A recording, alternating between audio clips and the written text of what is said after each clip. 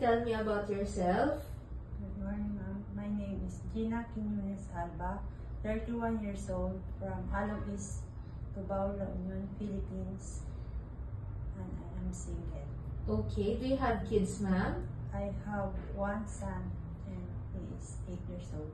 Okay. How many siblings do you have, ma'am? I have 5 siblings. Are you the eldest or the youngest, ma'am? I am the second to the eldest. Second eldest? Yes, Okay. Tell me about your educational background, ma'am. I am high school graduate, ma'am. Okay. Can you please state the reason why you did not finish college, ma'am? I did not take college because of lack of money, ma'am. Okay. Do you have work experience abroad, ma'am? Yes, ma'am. In what country, ma'am? In Oman, ma'am. Oman. Okay. Yes. As a domestic helper? Yes, ma'am. For how many years, ma'am? 2 years, ma'am. 2 years.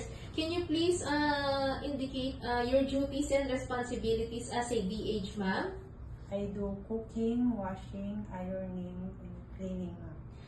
Okay. Did you finish your contract, ma'am? Yes, ma'am. Okay. How would you describe yourself?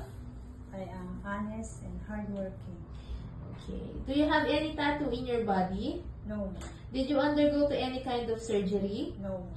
Why do you want to work abroad? Because I want to provide my needs and my son needs. Okay, for the needs of your son. Are you scared of dogs and cats? No, ma'am.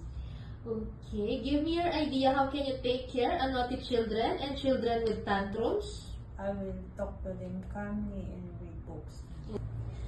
Okay, Ma'am Gina, your last question. What is your message to your future employer?